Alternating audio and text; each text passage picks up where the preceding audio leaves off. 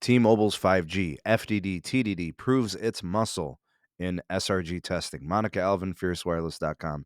This is pretty important. This is pretty cool. All right, I'm excited about this. Glad to bring it to you here today on this video. Signals Research Group, or SRG, we'll call them for the duration of this video, did some testing of the T-Mobile 5G network in the DC, Maryland area. All right, and of course, the equipment matters. All right, the golden standard for 5G is Ericsson. I like Samsung just fine. All right, Nokia is passable, but Ericsson is where it's at with 5G, and I think this is kind of proof of this. There's other things from the study that I want you guys to know too. So testing in Maryland, all right, non-standalone 5G and the standalone 5G variations of the T-Mobile network. They were using the TDD and FDD versions of their 5G network.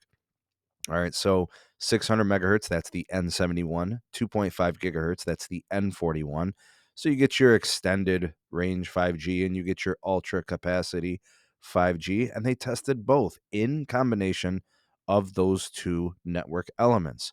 One of the things we're looking forward to is the carrier aggregation scenario where you're using N71 and N41 together.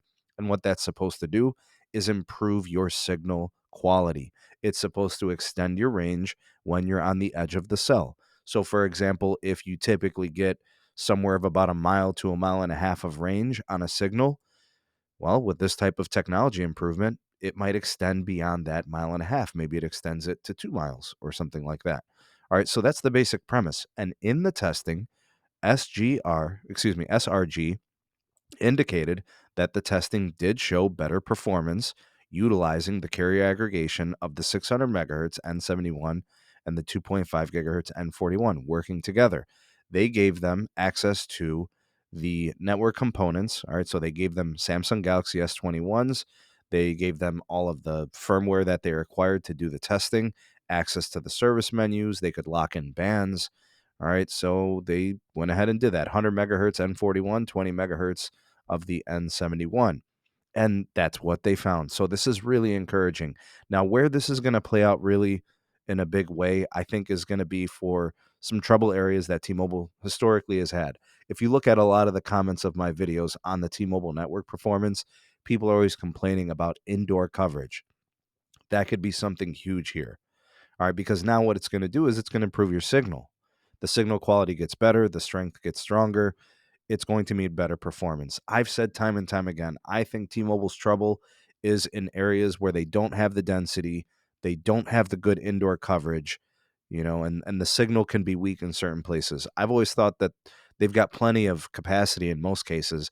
They need to improve their signal. And again, they're trying to build their network primarily focusing on macro sites.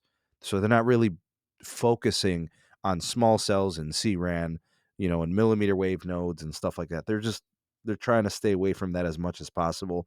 Economic reasons, probably, but I do like this. I think this is going to be huge. I can't wait for this to come to Cleveland.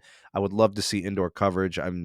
It's hard because a lot of my family that visits from out of town have T-Mobile and they need the Wi-Fi. The performance isn't good in the house, and this is one of those situations where it would help service in my house, 100%, and in buildings and schools and offices. Places where the building materials are very tough to penetrate, and it's hard to get a good quality signal.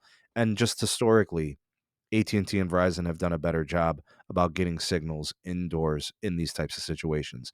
And of course, they're going to aggregate the N41 and N41 together, and really get capacity going too. So very excited about this. The testing seems promising. Your thoughts and opinions welcome down below on this article and what they expressed. What are you excited for? What do you want to see? What do you think is going to help T-Mobile the most with this type of technology? Your thoughts and opinions welcome down below. You are the voice of the people, the SMT Nation. Let your voice be heard. Please do like and share this video. Subscribe for more. Turn on the bell notifications so you never miss an upload. Check out the links in the description box for my Patreon page. Support us there. Get early access to exclusive content not found anywhere else. Discounts on Los Mobile just for supporting us. And my Twitter handle and email address are in the description as well. Thanks for watching. We'll see you on the next one. Peace.